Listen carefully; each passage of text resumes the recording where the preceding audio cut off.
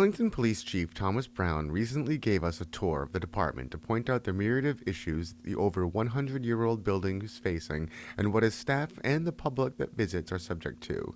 This was done after members of the Burlington Select Board said they thought it was time to start the process of building a new headquarters, a good sign for the department.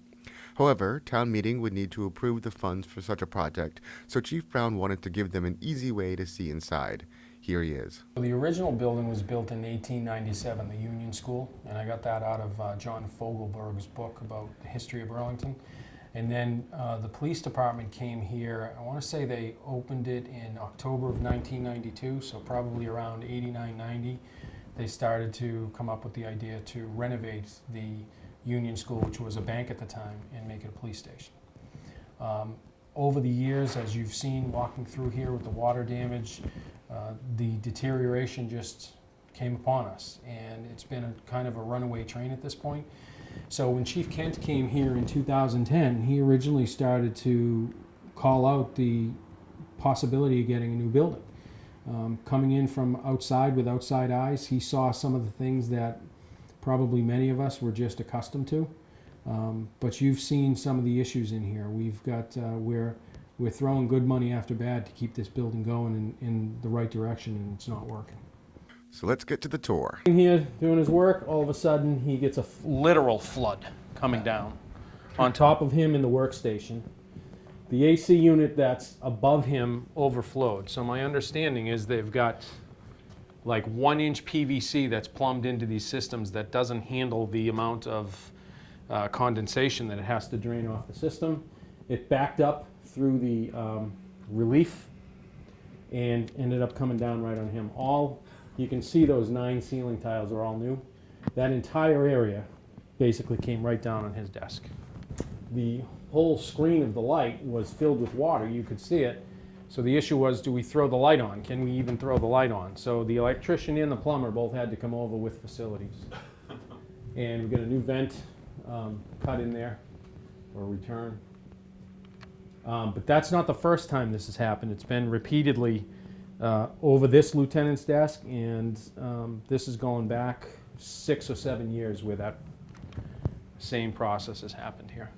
Our roll call room, and much like the lieutenant's office, it's been fixed, but we had an issue right around the same time as Lieutenant Hannafin's workstation went under. We had this area right here go under. We have another AC unit above here, and the same thing happened where it overflowed, where we had to pull all the tables out, and we had, I think, four large trash barrels going at the time to catch all the water, and I think it was a 2-day repair for facilities to come in and fix it. You will see when you get over here, there is a pipe that goes to the external portion of the building here. That overflows, not consistently, but during the really humid time periods, we do get some overflow here. But what will happen is in the winter time, through this window, somehow where this pipe somehow goes through, driving rain and snow will end up actually coming in on the side of the building here, where we've actually had ice block coming right down the building here. And as you can imagine, if you have a training session going in here, or even the roll calls, you know, it's a waste of heat, it's a waste of resources, and it's uncomfortable. And again, if you take a look at these windows, some of the screens are missing or they're damaged. A lot of this is due to snow buildup. The snow and ice gets in under the screens, and the ice just pushes against it. And a lot of them aren't lined up. This one isn't too bad, but you'll see this one here is cockeyed in the frame, and I can feel it now coming through. Imagine what it is in the winter when it's 10 degrees outside. And we have made some investments in this area here to make it a better training room. We have these remote blinds that are run from a system up on the podium, and our fear is in the wintertime that those could get either wind or snow damage. So we try to keep them up, which defeats the purpose sometimes because you want the room dark for presentations. But because of the amount of water in there and the expense, we try to keep those up. We went with the darker carpet to kind of hide the stains, but even if you step over here, you will feel like the floor is a little bit a little bit looser underfoot, and you'll see that in different areas of the building where the water damage has just kind of decayed the floor underneath you. There's tremendous water damage over the years, and it's consistent, and you'll see exactly where it kind of pours into that. I don't know if it's coming under the siding or if it's coming from all the way up in the attic, but it finds its path of least resistance right here in his office. You'll see the paint is bubbled up. And again, his window is one of those in the wintertime where you really, if you were to stand in here, you would see the papers moving because the wind just kind of rushes right in off of this window and some of the frames. And with being a small office, if he shuts the door at all, it's very cold in here very quickly. Right. So again, it's a comfort issue. You got to be in here. You want to be comfortable. You want to. I'm going to get the best out of an employee when they're comfortable, and it's just not. It's not. And you can see also water damage up in the tiles.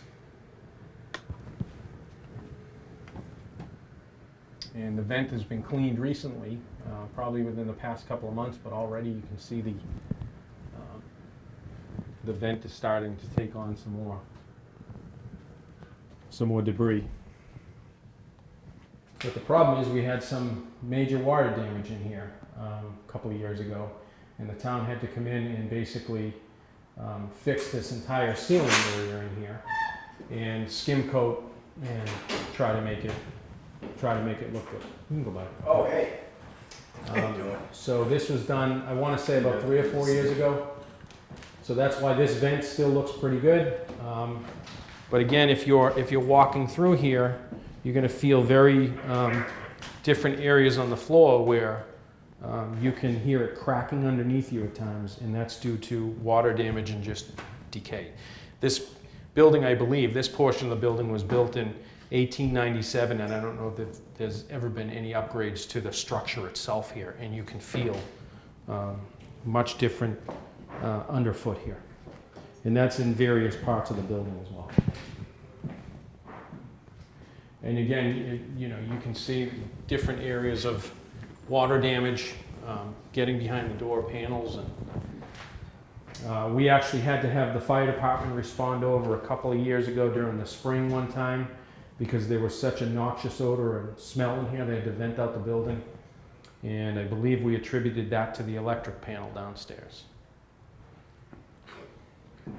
But the smell was noxious. We had to basically get everybody out of the building and Really? have fire come over and vent the station. This is our main evidence room here, our main property room. And it's all secure. It's secured with cameras and everything else because it's a security issue, integrity of evidence. And just take a look around, and I think it tells the story. Floods, just look no further than the floor. And again, as a point of reference, right under us is that IT cabinet with all our IT equipment. So if you were to walk on that floor, it goes all the way back to here, it's bubbling up, and then the integrity of the floor right here, you can feel it starts to let go. Watch me go through. And all right here is all in basically a hole. And again, that water is going somewhere. A lot of it comes out on the IT cabinets. This is all very, very bouncy here. But we know the water's getting out under this foundation of the lockers as well. And when you don't get rid of water, what happens? It's mold, mildew, etc. Again, just as a point of reference on an evidence room, this is not a best practice. You have windows to the outside. I'm not saying that anybody would, be Spider-Man and come up here and try to get through the windows, but the point is, it's not a secure room. And certainly the water and everything is our bigger problem, but certainly that's not a best practice to have an evidence room where you have access from the outside. The way the floor is just all buckled with the rug, they had to put in a new elbow here in the AC unit, but this took years to track down and fix. Just from the water, and also this window tends to get a ton of water, and certainly the wind and snow. You get the snow in this window. Yep. Snow and ice will build up in this window here in the corner, and you can actually see, Mike, do you mind moving that the integrity of this piece of wood right here, because of, I guess it would be frost heaves in this windowsill, have pushed this entire window casing. And you can see it where it's breaking apart from the wall. And you can see the lack of integrity in that piece of wood. But of course, it doesn't make sense to fix it. And then just to point out the vent, again, I don't know where the problem is in this floor particularly, but the humidity rages in here in the summertime.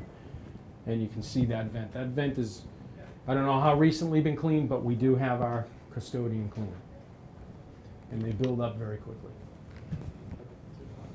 And again, you'll see different areas of the floor that have had the damage.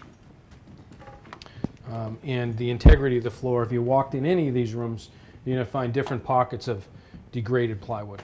Luckily, nobody's fallen through yet. On this one, we have a roof out there that covers, I guess, what we'd call the bulkhead. The ice and snow builds up on that and pushes through this window. And you can see over here, there's a tremendous integrity problem with that window right there where it does not shut. We used to have a desk that was over here a long time ago, and the officer at the time, Bill Soda, pushed his desk all the way down where the sergeant is sitting, because sitting over here, literally you would freeze coming in. And Dave sitting over there and scheduling, we got to wrap those windows every year. So in the summer it's disgustingly hot in here. We had to put 2 ACs. In the wintertime, this is the coldest room in the building. Every year we end up having to put a plastic sheet over these windows. If you take a look at the windows here, these are closed as much as they will go. And, you know, Dan's sitting here and Lieutenant Tim McDonough sits there. Every year we've got to decide how we want the shades, and then we cover this with the plastic because the draft in here is incredible. It sounds like a horror movie. Yeah, when the wind is coming through here. And you'll see this consistently through every window in the building. A lot of them are going to sit kind of cockeyed in the frame. Some of them, they don't have screens. I'll show you in roll call in a few minutes. There is a window over in the corner where one of the drains goes out of the wall, and during driving rain and snow, rain will actually come into the building. And a lot of it, I think, is attributable to the windows. I mean, they did the best they could, but they're just not cutting it. This room here, you'll notice they have 2 air conditioners in here because the air conditioning system in the building doesn't meet the demand. This must be, I guess, on the end of the run, so to speak, so it really never comes up to or comes down to a good temperature. In the summertime and in the wintertime, it's extremely cold in here. I believe every one of these windows ends up getting screened with the wrap because it's too cold in here, and the wind will come off the common. And if we don't put the cellophane or whatever it is over these windows, the blinds will actually shake. But again, you have two of our personnel sitting right here. It gets freezing cold in this room. And again, in this floor here, because of prior water damage, you'll see or you'll feel as you walk over it, there are different areas of the floor where there were holes. We know where the holes were. You see we've had an issue up here. I had to take that tile out and fix that vent. You know, if you take a look around some of these vents, and I'll show you one downstairs on the operations level that's absolutely disgusting, but you know, we'll come in and we'll get these vents cleaned, but if you look at the overflow on these tiles here, and this is constantly blowing air, and you look around that tile, that it doesn't look right. I don't think common sense is you're breathing some of that in, and I don't know what it is. And again, we don't know what we're breathing, but we're breathing. This is an eyesore in here, Rich. Normally, officers keep their boots in their locker.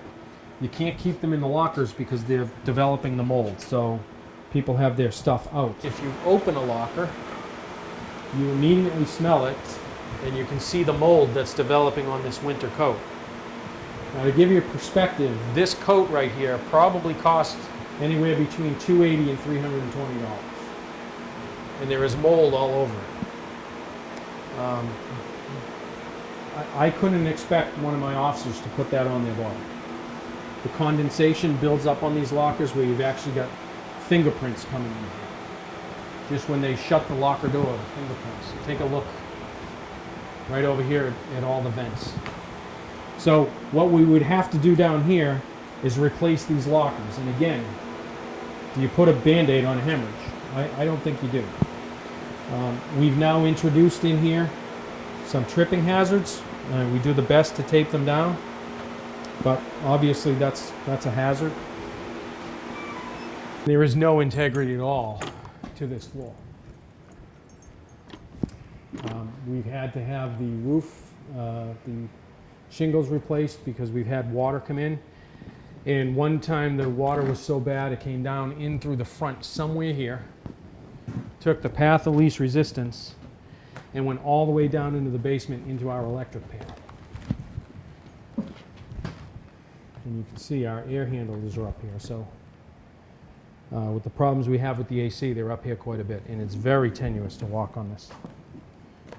Somebody comes up here unaccompanied, they're not paying attention, they're lifting heavy equipment, they're not paying attention to where they step, they could go right through the floor.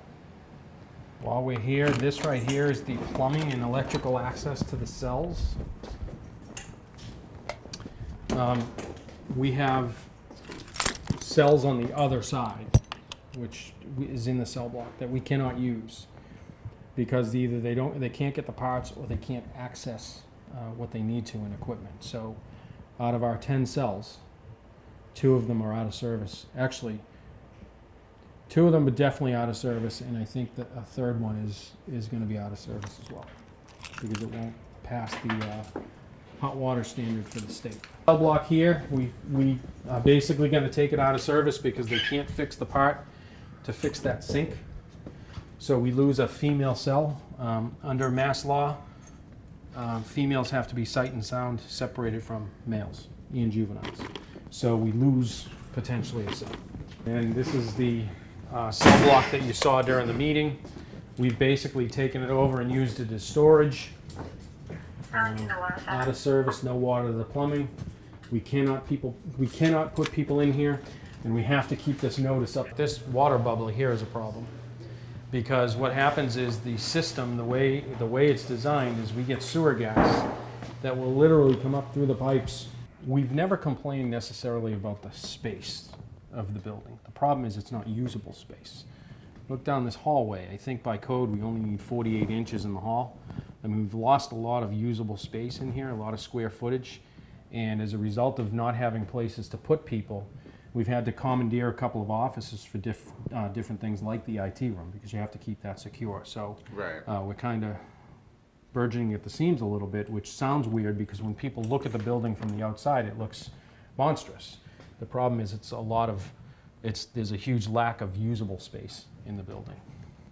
And just as a point of reference, okay, when you look down this hallway, we've got a lot going on. This isn't the best setup. This is not where I would prefer to have a copy machine and the fingerprint machine for firearms licensing, etc. These should be dedicated into their own space. We just don't have the space. We have tons of space, but we've got to make usable space out of it. It's not the best setup to have this in the hallway. I know how it looks. But we're out of space at this point, usable space. So this is where it ends up. I alluded to at the select board meeting that there's no privacy in here. The problem is, as you can imagine, running a police department, there are personnel issues that come up from time to time, and I don't have the luxury of being able to have anybody in my office without anybody out in this general area being able to overhear everything that's said. Closing the door kind of defeats the purpose because you don't know if anybody is on the other side of the door, and it's not fair to the officer or employee who's in there. A lot of times maybe with a personal issue, or maybe it's a discipline issue, something private, and there's no privacy in these offices. The walls are paper thin, and it just wasn't designed with that foresight in mind.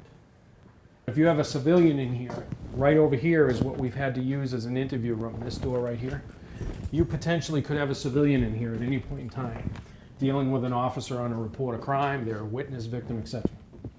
Bring somebody through here. The best practice is you bring them right into a booking area. We have to bring them through this operational area. There could be civilian employees, there could be citizens in here, and then we have to bring them through here for processing. and they come in right here to book it. So, you know, you bring a person in here, right? That door right there is just on the other side of this hallway. So again, you've got civilians and employees who are walking in and out of this operational area. And if a prisoner decided they don't want to cooperate, there's not much stopping them. And if you had a violent prisoner in here, I don't know that this plexiglass is going to do much for your confidence. Again, best practice, this is not how I would ever design a booking. So finally, what does Chief Browne hope is the next step in the process? What I would like to see is the money get put forward to a feasibility study, because I think a lot of things have to happen. You have to find out where you're going to put the station. I know that most people and most of us would like it here in the center of town. It does make it easier for response times if you're in the center of town, and it contributes to that feel of Burlington. So a feasibility study to decide where the building would go, what needs to go in it, and then the needs assessment, obviously, on what we think needs to be changed. And they basically take input from all the employees here, and they put all of that information together, and they come out with a study and give the town the information back on where they think is a good location and what they think the needs will be for the new building.